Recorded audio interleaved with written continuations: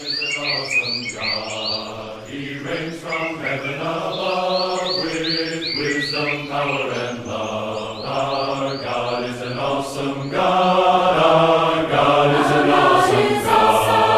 He reigns from heaven above with wisdom, power, and love. Our God is an awesome God. Our God is an awesome God. He reigns from heaven above with wisdom, power, and love. Our God is an awesome God. Our God is awesome. He reigns from heaven with wisdom, power, and wisdom. Our God is an awesome God. Our God is an awesome God. He reigns from heaven above with wisdom, power, love. Our God is an awesome God. Now when he rolled up his sleeves, he wasn't putting on the Ritz. Our God is an awesome God. There's thunder in his footsteps, lightning in his fist. Our God is an awesome God. And the Lord wasn't joking. My theme for today is, or my topic for today is, don't cry, but do something, even to approach the King. The penalty may be death, or the penalty is death. So we're in the book of Esther, and the story happens to be the Jewish remembrance of Purim, which means, or that is, to cast lots. So there was this, the Jewish holiday is in remembrance of Queen Esther, who helped save the Jews from potential annihilation. And this was very serious, something that could very easily have happened at the time that this occurred. And the king at the time was the mighty Persian king Ahasuerus. We know him better by his Greek name, King Xerxes the First. I think we've all heard of Xerxes. I'll talk a bit more about who this king was and what he was capable of. The great difficulty that Queen Esther faced certain death. There she approached the king. So who was King Ahasuerus, or the Greek name Xerxes the First? So he was the son of the Persian king Darius the Great. He ruled from 486 BC till 465 BC, 21 years. He was assassinated as a king. He was decisive in enforcing his power by suppressing a revolt, both in Babylon and Egypt. So much so that he was called the king of Babylon and the Pharaoh of Egypt, the king of Egypt. That is the power that this king had.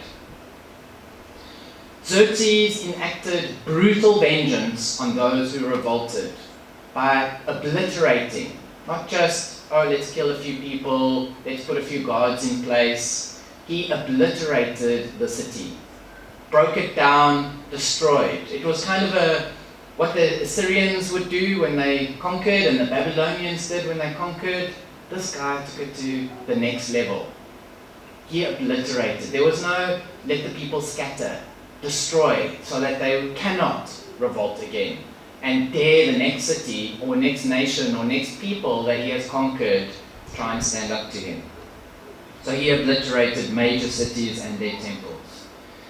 Xerxes raised a second army. I mean, one big thing to have an army, another thing to say a second army. So he had a huge army in Egypt to keep the Egyptians at bay. They were spread out, they were all over, keeping the Egyptians, the Babylonians, and all the nations in Israel and that south region at bay. He had to raise a second army. So he just took 60,000 people from all the nations around him that he had conquered, fighting men to lead a second campaign against the Greeks. It was this very king who defeated the Spartan king Leonidas and his men of 300 at the Battle of Thermopylae. So I know we've got this weird view. If you saw the video, the movie of Xerxes, he looks very strange. That's just Hollywood hype, I suppose. I can't imagine that's how he was. But he was indeed a powerful king. He had a huge army. Xerxes eventually conquered the mainland Greece. He captured and he destroyed Athens. He conquered Leonidas, got through, got to Athens, conquered it, made a few poor decisions, lost the ground that he had gained, but inevitably for his reign, he ruled a massive empire. He saw through several major construction projects using masons and skilled workers all across the empire, especially those that came from Egypt. The building of the 100-column hall in Persepolis, the completion of the palace of Darius, his father. So his father started the palace, it was Xerxes who finished the palace and the treasury building. And just to top it off, he built his own palace, twice the size of Darius, his father's king, because, wow, that's what we sons do, don't we? You know, up to our dads. So, in truly powerful king, exceeded where those before him did. He expanded and he maintained the royal road and its gates. So, securing the army, securing how this road, transport that happened on this road, he maintained it, kept it going, improved the communication that happened in the empire. And we'll see that in one of our verses we'll read later. His empire was bigger than any previous kingdom on earth before him. Larger than anything the Israelites had ever established. Larger than the Egyptians had ever established during their reign. The Assyrians, the Babylonians, he was bigger than all of them. He died by assassination in 465 BC. Here's just a map of the extent of King Ahasuerus' empire in 480 BC. So the capital is here, Susa, in the middle.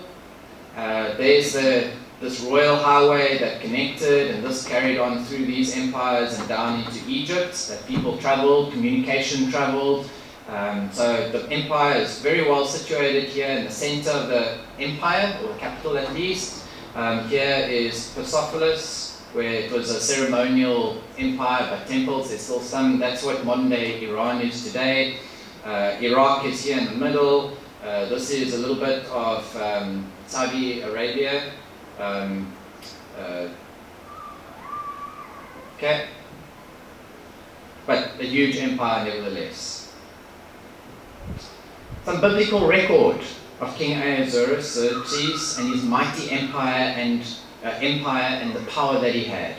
So in Esther chapter 1 verse 4, 1 through 4, it says, "Now in the days of Ahasuerus, the Ahasuerus who reigned from India to Ethiopia."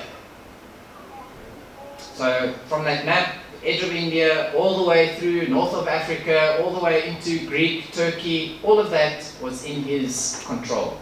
Over 127 provinces. Sort of to put that in context, we've got 11? How many provinces have we got? Nine, thank you. 9 provinces. He had 127 of them to control.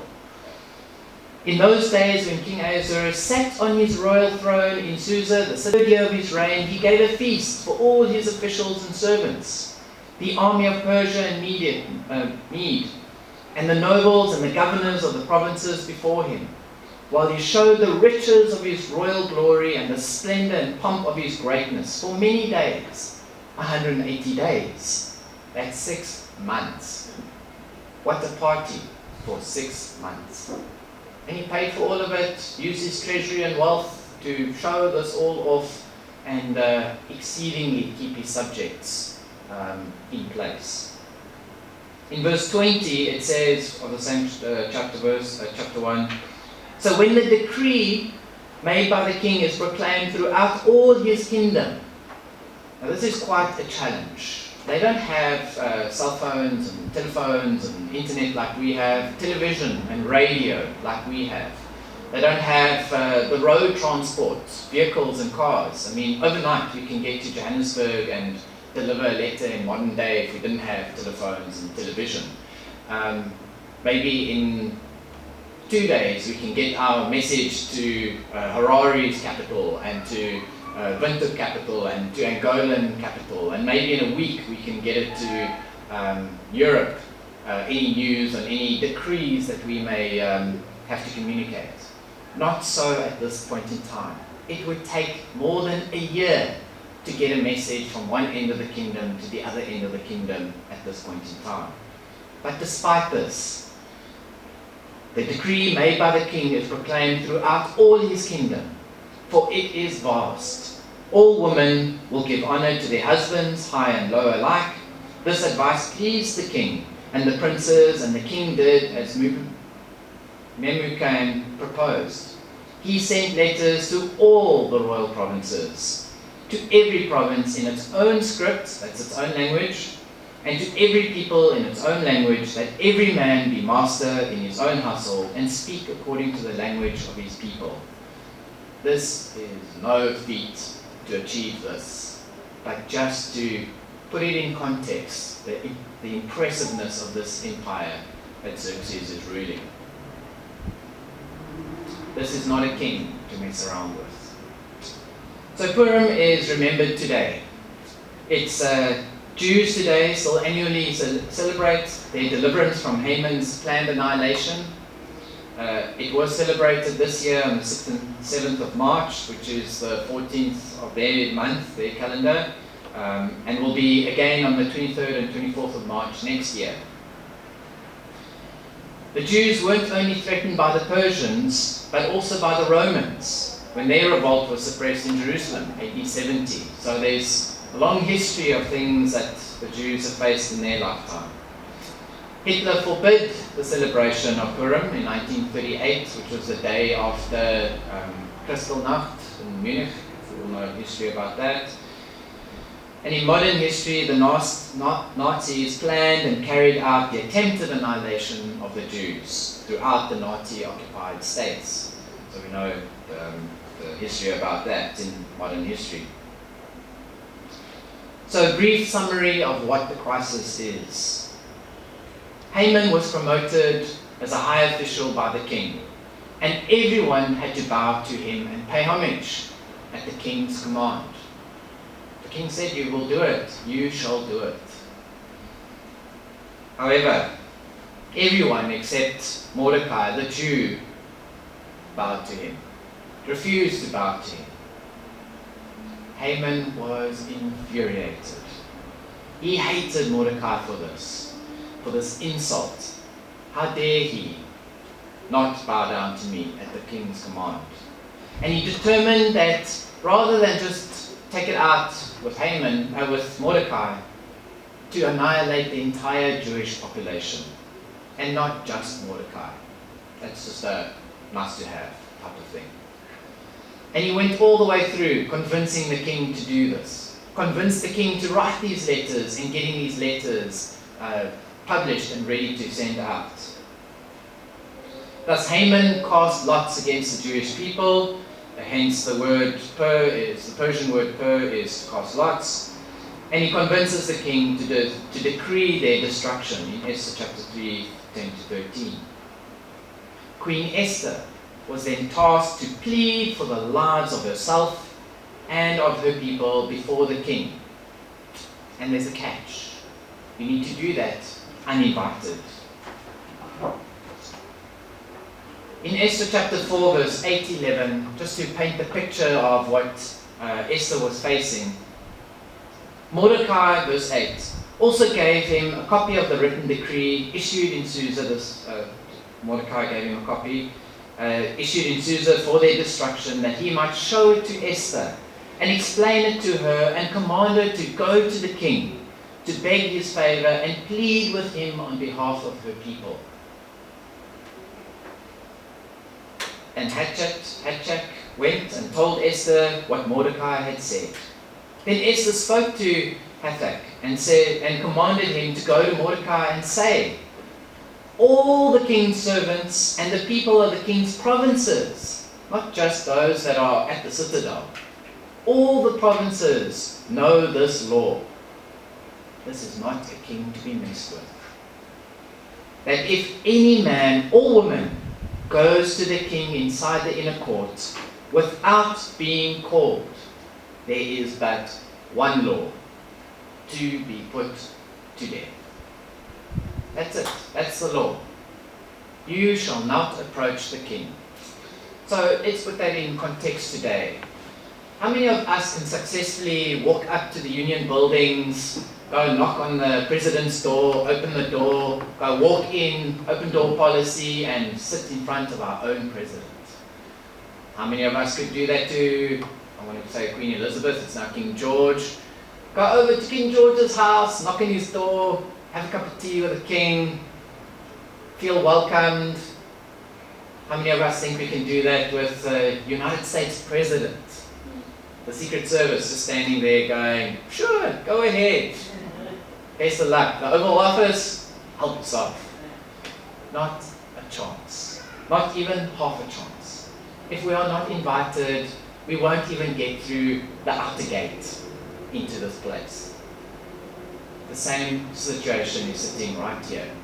Even Esther as queen cannot just go and knock on the king's door and approach him uninvited, for the law would put him to death. Thank goodness here we won't be put to death, but I'm sure the Secret Service will get us very close to death because we are a threat. And the only time when we're not a threat is when we are far, far away from the president. But in that case, she could face death. And there was only one exception here. The one to whom the king holds out the golden scepter, so that he may live. Not so that he may come and talk to the king, but so that he may live.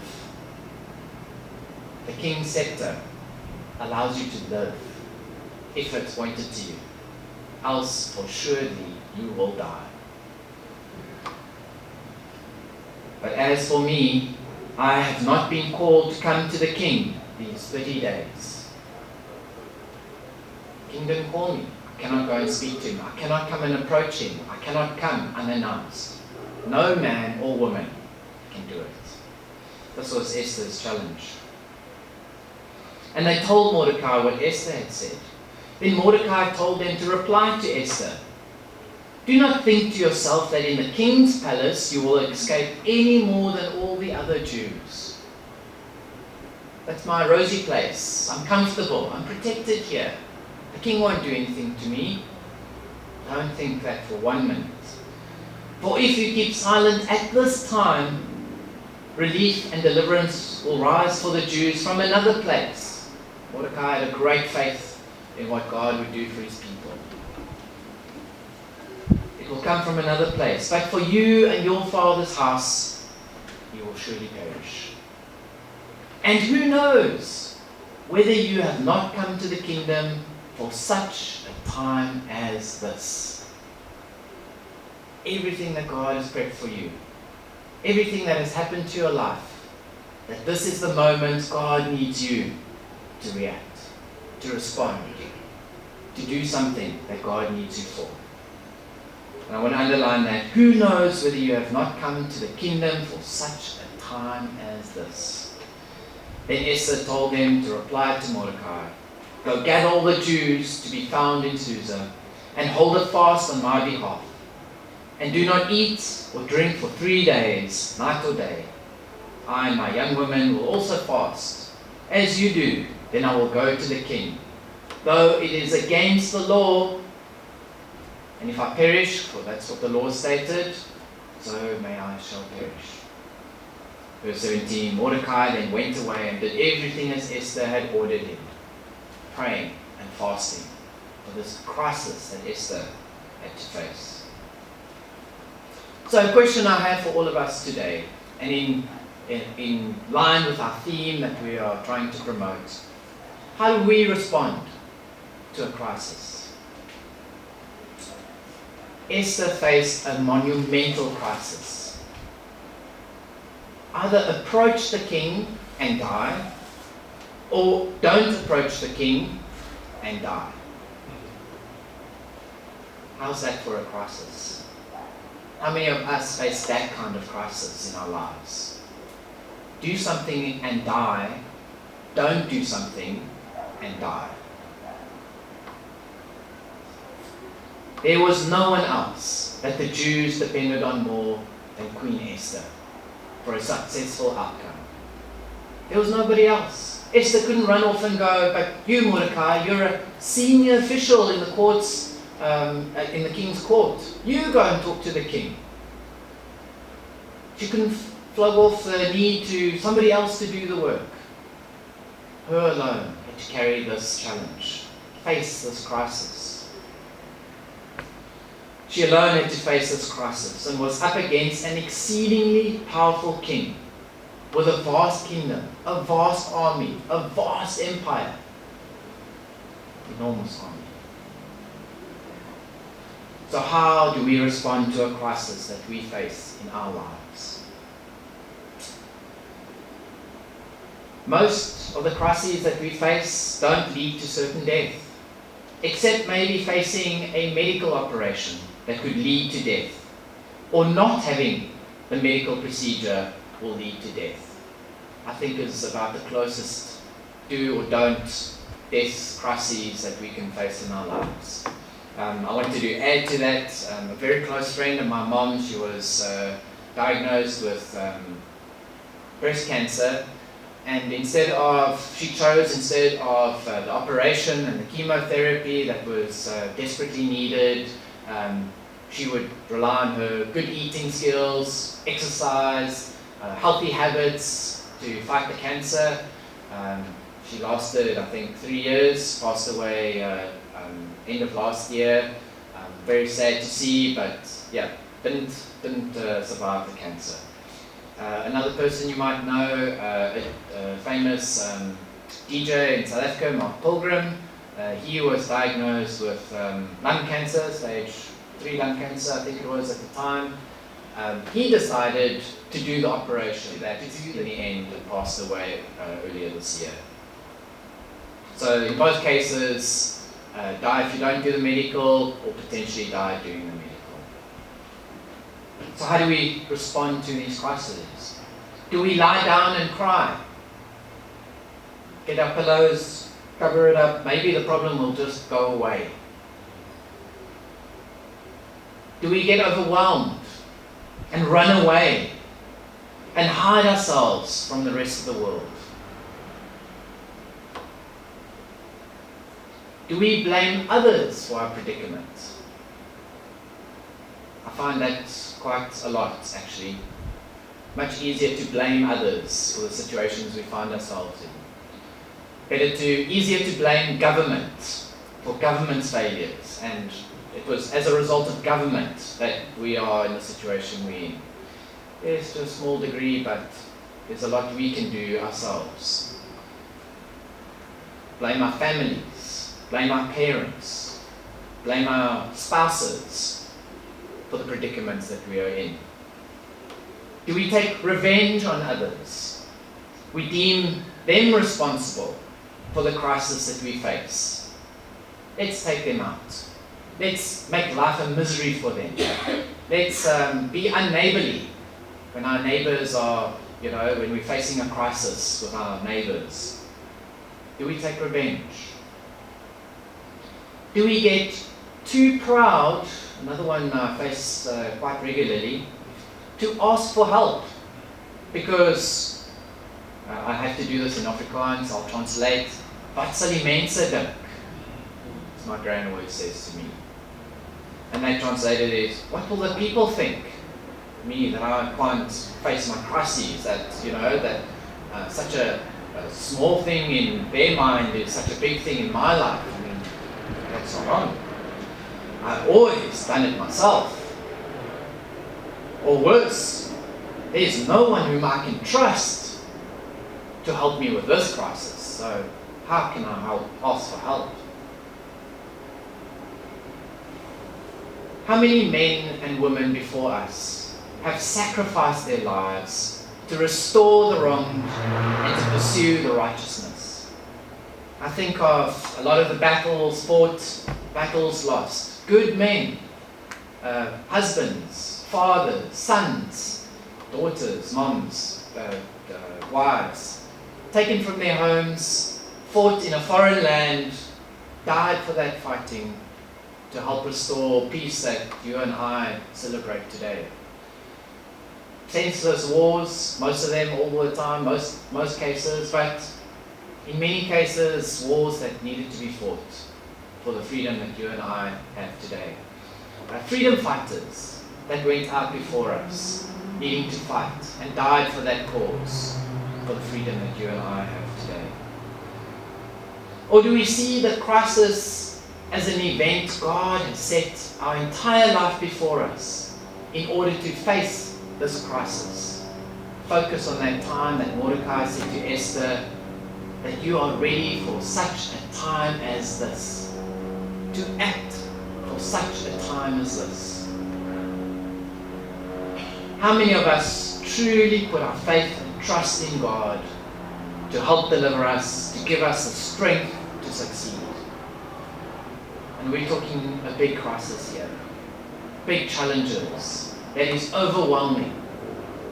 How many of us can really put our strength in God? How many of us can swallow our pride, reach out for help, unknown to us what amazing help is available sitting right here amongst us in these pews?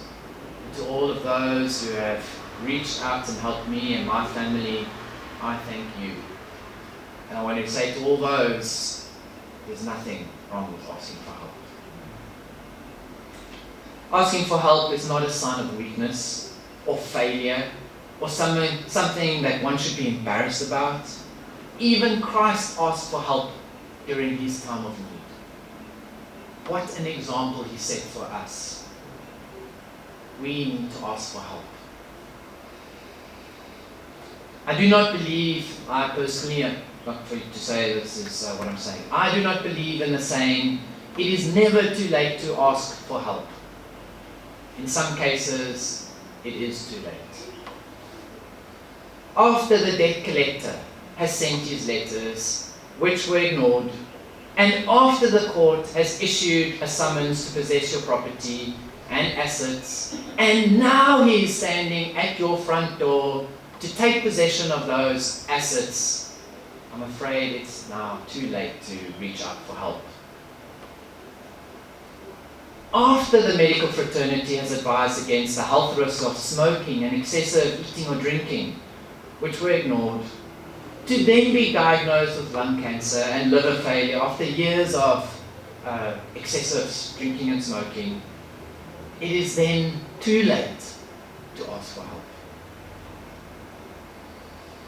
I do, however, believe in the saying, there are always consequences, whether good or bad, to the decisions we do take or don't take. Such things as we pursue high careers that pay well, provide a high standard of living, or higher standard of living, but it comes at the price of high stress in the job, long working hours, less family time, and much more debt.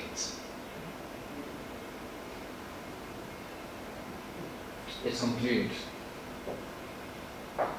Queen Esther faced a huge crisis and eventually overcame it, saving herself and the Jewish nation. She didn't lie down and cry about it. She was nervous, she was scared, she knew what she was up against. She didn't run away and hide. She did, however, ask for help through prayer and fasting. She responded immediately and didn't wait and delay until it was too late to act. The decree was already written. It was still wet on the paper. She needed to act fast. Christ also faced the crisis of the crucifixion, which he couldn't escape. It was inevitable. But he had to endure it until the very end, until his death. Today, God has cast lots against all those who stand against him because of their sin. But our Purim is remembering Christ's blood every first day of the week, and his sacrifice for saving us from God's wrath and judgment. my question is, where do we stand with God? And can we with confidence be called a servant of God who comes to our hour of need? And lastly, let's not be overwhelmed by the crisis that we may face in our lives. Act now. Seek help through prayer, through petition, through fasting. Reach out to one another. And possibly one may find some advice from someone who themselves have already faced something similar. Brethren, let us be encouraged as we stand now and sing the song of invitation. Thank you, everyone. Amen. Amen.